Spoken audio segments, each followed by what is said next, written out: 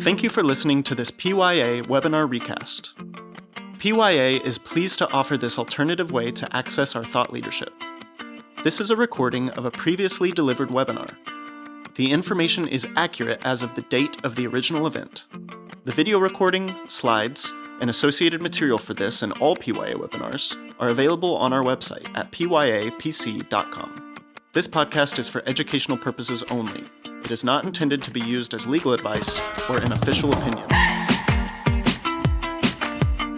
Good afternoon, everyone, and welcome to today's webinar hosted by PYA. Today, we are continuing our Timely, Tough, or Tricky Physician Compensation and Fair Market Value Topic series with a presentation on top-notch trends, executives, and team-based compensation models. PYA is happy to present today's webinar on this important topic.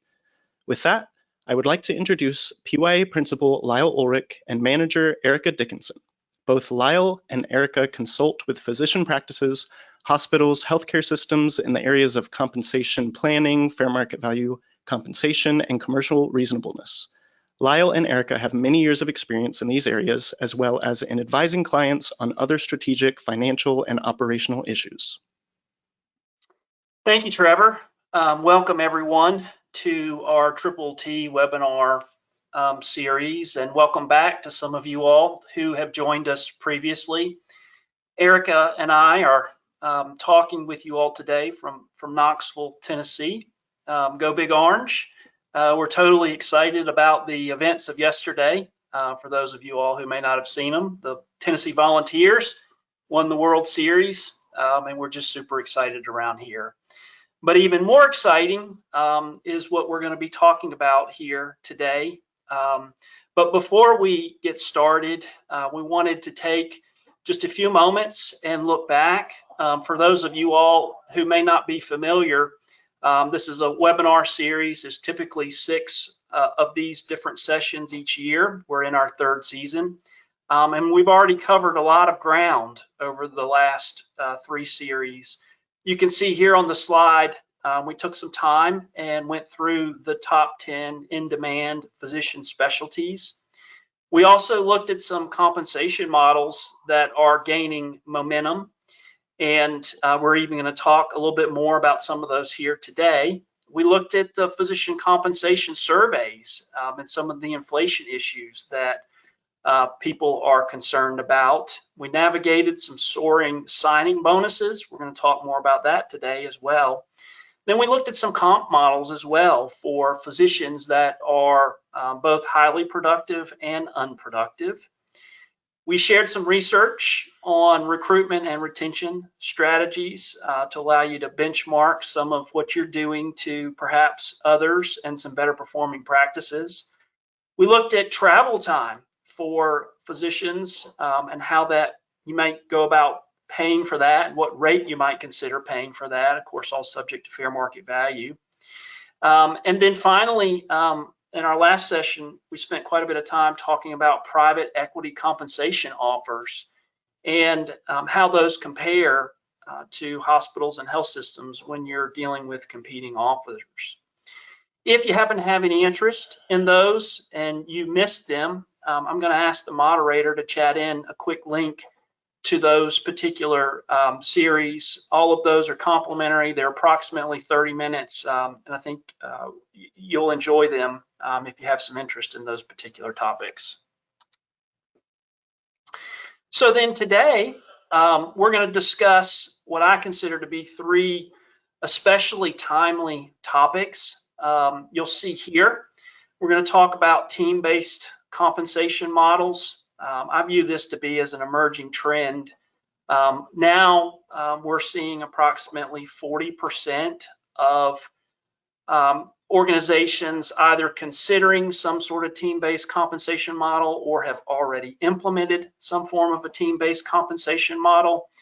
I'd say 2 or 3 years ago, that was probably in the 10 to 20% range. So again, not the majority by any means, but there is some growth in that particular area. So we thought we'd share a few thoughts with you on why that might be and how it might benefit your organization. We're going to also look at some of the new 2024 physician compensation and productivity benchmark surveys that are coming out, and try to focus on what you need to know and what we're seeing, and hopefully some trends to continue to think through as you're dealing with these particular circumstances in your organization. And then finally, we're going to talk about executive compensation and what you can do while ensuring fair market value.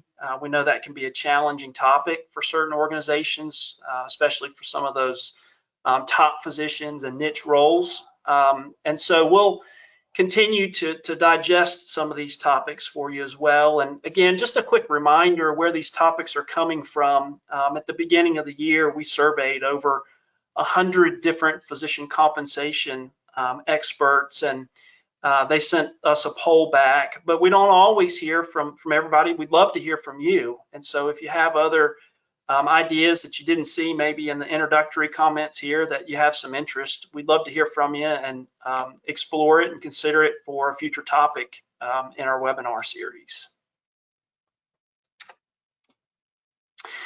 So let's jump in here and talk about team-based compensation models. And I mentioned earlier why we want to talk about team-based compensation models. And again, approximately 30 to 40% of practices are considering or have implemented these team-based compensation models. So it's something I think that this audience at least should be aware of. May not be right for your organization, but certainly thinking through whether they are appropriate and why or why not, I think can be helpful. So let me start real quickly. What are team-based compensation models? So you can see here on the slide, team-based models, or sometimes group-based compensation models, use group performance metrics to incentivize efficient patient care, improve work-life balance, shared common goals, and enhanced teamwork.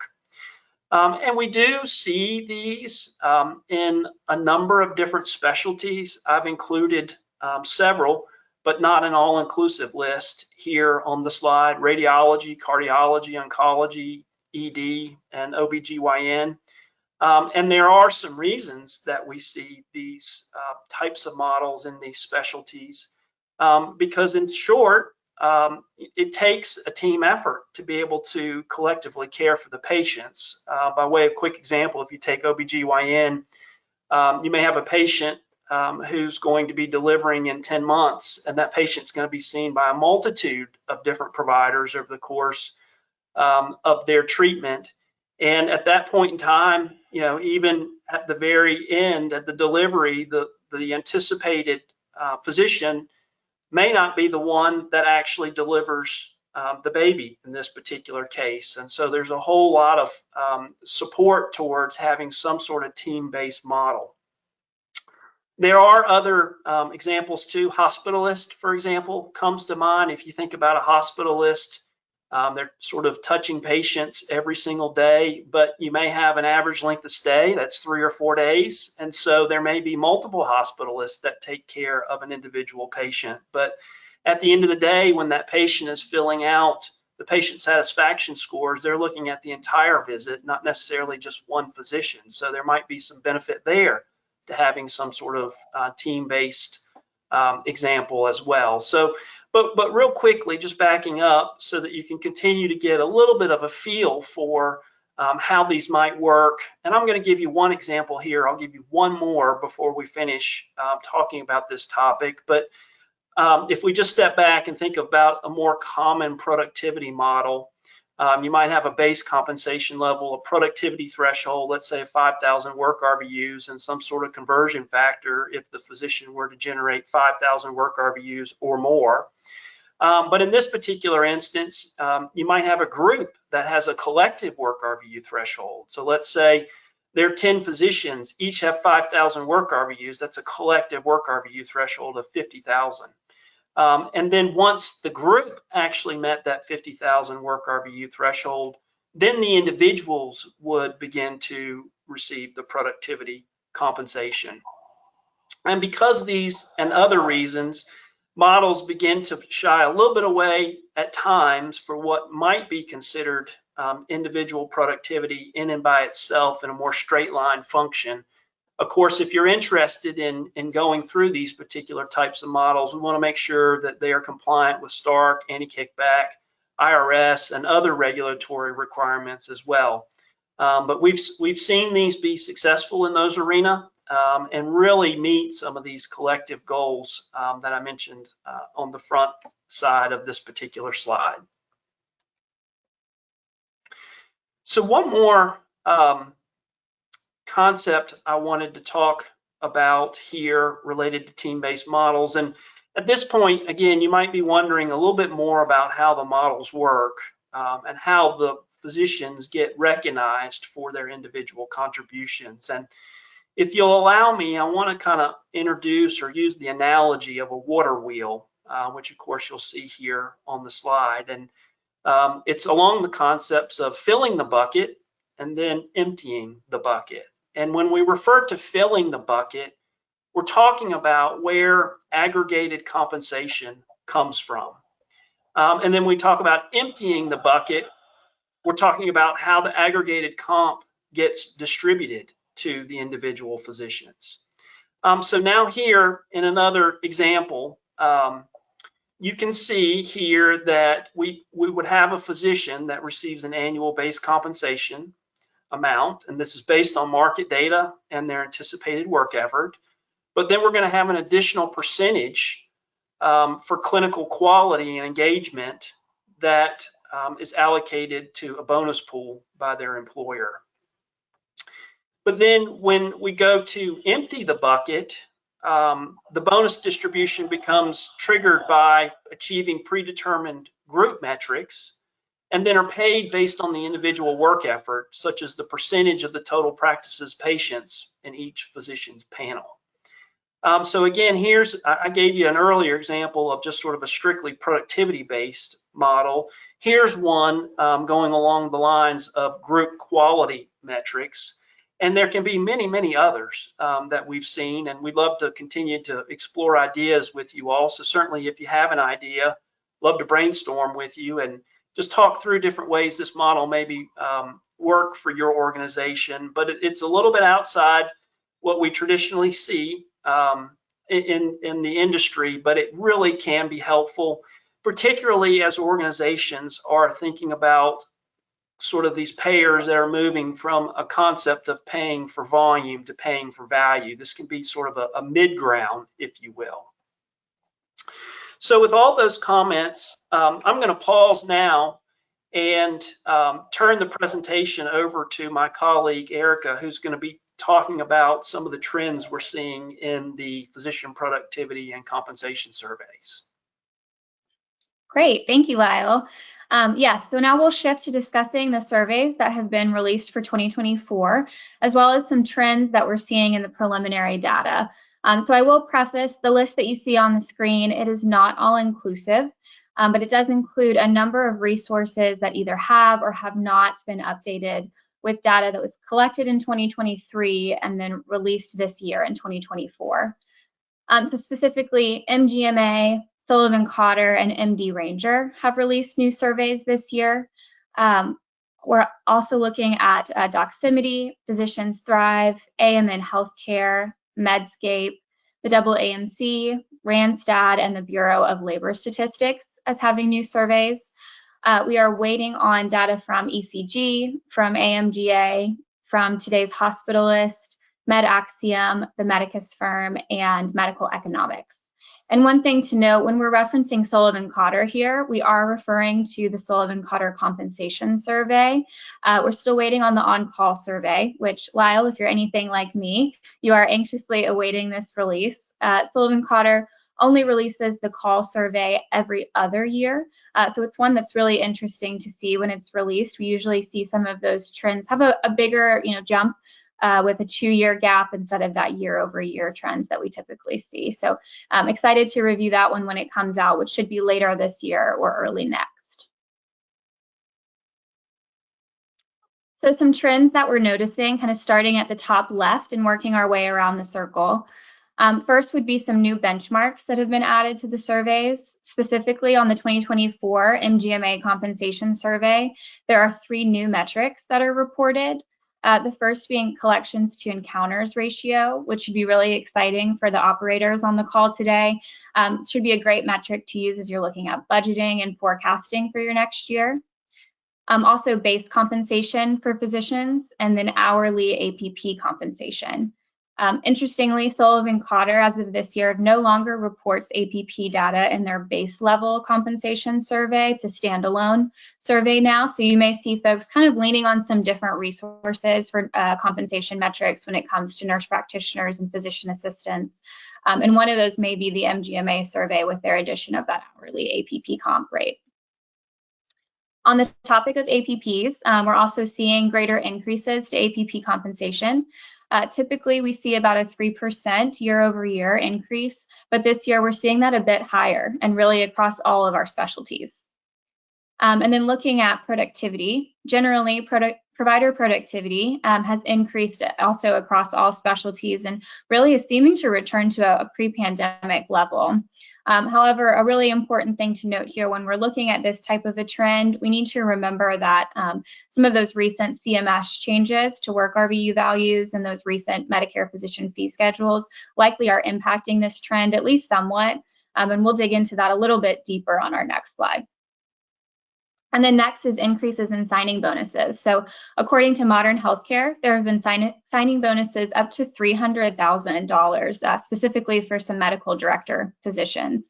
And I know Lyle and I have chatted about this. I've talked with some other colleagues of ours, but it's a trend that we've observed across our clients as well, and not just in medical directors, but with most new hires, kind of administrative and clinical providers alike. It's becoming a lot more common to see high signing bonuses, and sometimes those amounts up to into the six figures. And then we've also seen compensation gains. So most specialties show an increase in compensation from 23 to 24. And we also see some of the trickle down impacts of that as well. We've noticed an increase in subsidies in this recent benchmark data, which we know that provider compensation, both physician compensation and APP compensation, would at least be a factor in that increase. And then that next would be quality measures. Quality measures in physician compensation plans continue to increase. Specifically, according to MGMA, approximately half of the survey respondents indicated quality performance metrics are included as part of their physician comp plans. That's a 3% increase from the 2023 report. We had about 47% of respondents say that quality was part of their physician comp plans, but that's a 12% increase from 2019, and then a 24% increase from 2016. So back in 2016, only 26% of respondents said that quality measures were a part of their physician compensation plans. So a really big jump here, a big swing when we think about this trend holistically and we consider sort of the structure of those historic comp plans. So as I mentioned, we've dug into the data. We're seeing an increase in both work RVU production as well as total compensation across most specialties. So if we compare these trends over 1 year, over 3 years, and over a 5-year period, we can really start to see that many of these specialties appear to be catching up with those pre-pandemic levels. Here on the left-hand side, you'll see that compensation and productivity have jumped quite a bit since 2021, about 10% for both compensation and work RVUs. But remember that this 2021 data would have been collected in 2020, so really during peak COVID when we were seeing a lot of fluctuations and a lot of uncertainty in the data and in the volumes that our hospitals and healthcare systems were seeing. But if we look at that compound annual growth rate since 2019, kind of pre-pandemic, we're seeing only a 1% increase in compensation and a 2% increase in productivity. So like I said, starting to normalize a little bit back to those pre-pandemic levels, which is very exciting, but also just important to take some caution that some of these increases could be attributable to the fact that many health systems have transitioned to a newer fee schedule, within the last year or so. A fee schedule with higher work RVUs. And so that would result in an increase in work RVU credit for really the same level of productivity. And so far, and please remember, we are still waiting on results from many of our standard benchmarking sources, but we are seeing some of the greatest compensation increases in diagnostic and interventional and neuroradiology, as well as hematology, oncology, and psychiatry. And these really seem to be popular specialties that we've been receiving requests for as well, especially in radiology. It seems to be a really hot topic lately. And what we have seen psychiatry kind of start to fall on some of the lists for top specialties for recruitment. It has been reported that some organizations have slowed or stopped their search for psychiatrists just due to a lack of providers in the market. Some of these organizations are transitioning to telepsych, or they're relying on locums, but given what we're seeing in the benchmark data so far, coupled with what we know about our clients' needs, psychiatry seems to be a specialty that's still in high demand and is compensated as such. And then additionally, as I touched on, those increases in physician and APP compensation appear to be flowing through to the financial assistance and the subsidy requests. So we're seeing an average one-year increase of about 10% across the board. We have some specialties that stand out here at the bottom. One that might be cut off a little bit on your screen there is OB laborist. But another one that we wanted to bring to your attention would be radiology financial assistance. As I mentioned, it's a hot topic. We know that this specialty has undergone a lot of volatility in the last few years as radiologists are shifting towards more remote reading and remote work. But those subsidies have a compound annual growth rate since 2021 of over 20%. So, and that's based on data reported by MD Ranger. So a pretty big swing, pretty significant increase just to be aware of, and something that, we'll continue to monitor as additional data is released. Quality bonuses. So wanted to take a moment to kind of circle back to this. We know that quality bonuses are a big topic for a lot of hospitals and health systems that we work with. We're seeing more and more of our clients whose employed and contracted providers have some portion of their compensation tied to the achievement of quality metrics or performance metrics.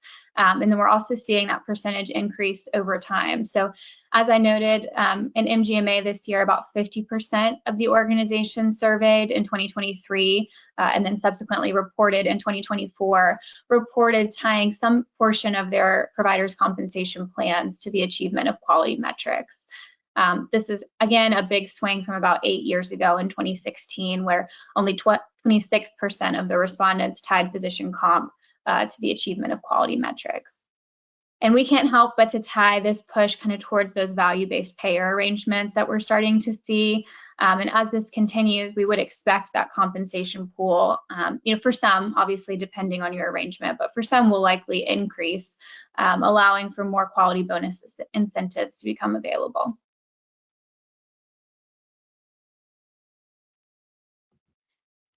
So pivoting us to our last agenda topic, we wanted to touch on a challenge we often see our clients facing, and that is how to recruit and then appropriately compensate physician executives. So when we talk about physician executives, this would include a physician who is hired to build or to rebuild a service line, maybe someone serving in a chief role across a hospital system or across multiple hospitals, perhaps a physician serving in a C-suite position as well. In these situations, you're typically searching for a highly experienced, really prestigious physician leader, kind of top tier, so to speak.